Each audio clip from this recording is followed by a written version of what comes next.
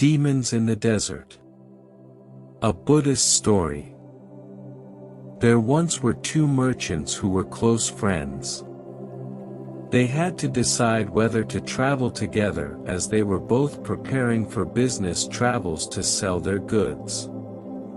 They both agreed that it would be crowded to go at the same time because they each had around 500 carts and were traveling in the same direction along the same road. One concluded that going first would be much better. The bullocks will be able to choose the best grass out of all the available options, will find the best fruits and veggies to eat, my people will respect my leadership, and in the end, I'll be able to negotiate for the best pricing, he reasoned. The competing merchant gave it some due thought and realized there were benefits to coming in second. My friend's carts will level the ground so we won't have to do any road work, he reasoned. His bullocks will eat the old, thorny grass, and new, tender shoots will spring up for mine to eat.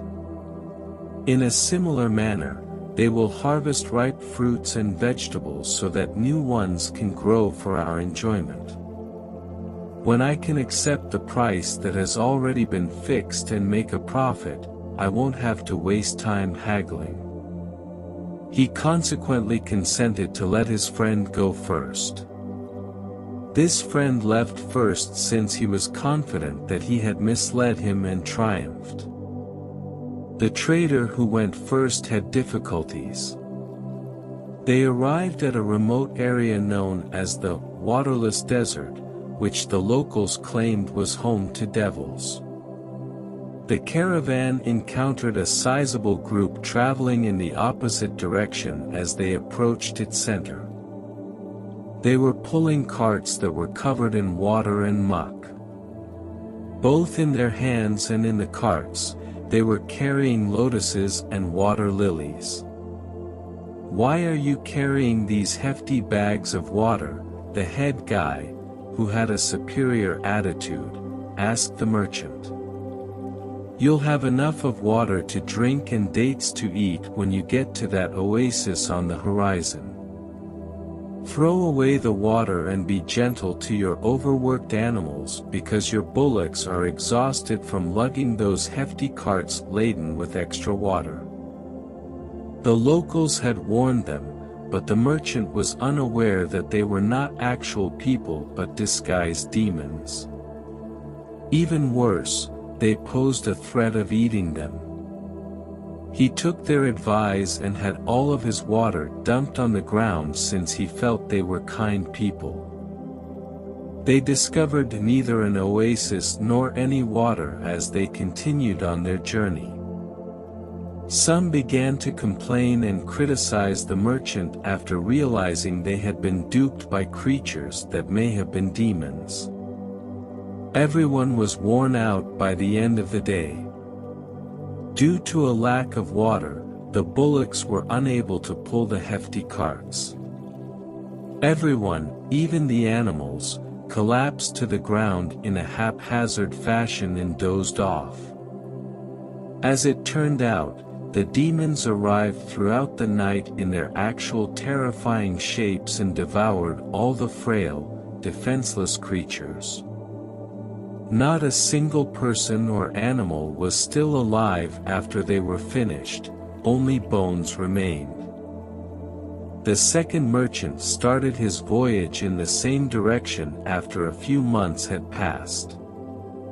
He gathered all of his people when he reached the wilderness and warned them, "This is known as the waterless desert, and I have heard that it is inhabited by ghosts and demons. We must therefore use caution. Don't drink any local water without asking me because there can be poisonous plants and contaminated water." They entered the desert in this manner.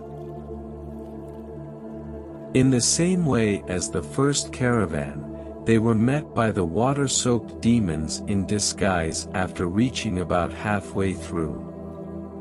They advised them to discard their water because the oasis was close by. But the astute merchant immediately recognized their lies. He was aware that it was absurd to have an oasis in a region known as the waterless desert. In addition, he thought they might be devils because of their swollen crimson eyes and hostile demeanor. "We are businessmen who don't throw away good water before we know where the next is coming from," he said in order for them to leave them alone. When the merchant noticed that his own people had doubts, he advised them not to believe these individuals, who might be demons, until we actually found water. The oasis they point to might just be a mirage or a delusion. Do you know anything about the waterless desert? Do you notice any storm clouds or feel any wind or rain? If we trust these strangers and throw away our water, later we might not have any to drink or cook with, then we will be weak and thirsty, and it would be simple for demons to come and rob us or perhaps eat us up, he added when they all replied, "No." Therefore, until we genuinely locate water, do not waste even a drop. The caravan continued on its way. They reached the place that the first caravan's people and bullocks were slaughtered and eaten by the demons. They discovered the carts and a large number of bones, both human and animal. The merchant assigned some workers to keep watch over the camp at night. The people had breakfast and fed their bullocks well the following morning. The most valuable items still in the earlier caravan were added to their cargo. They went home safely after completing their voyage successfully and were able to enjoy their earnings with their families. The moral of the story is one must always be wise enough not to be fooled by tricky talk and false appearances.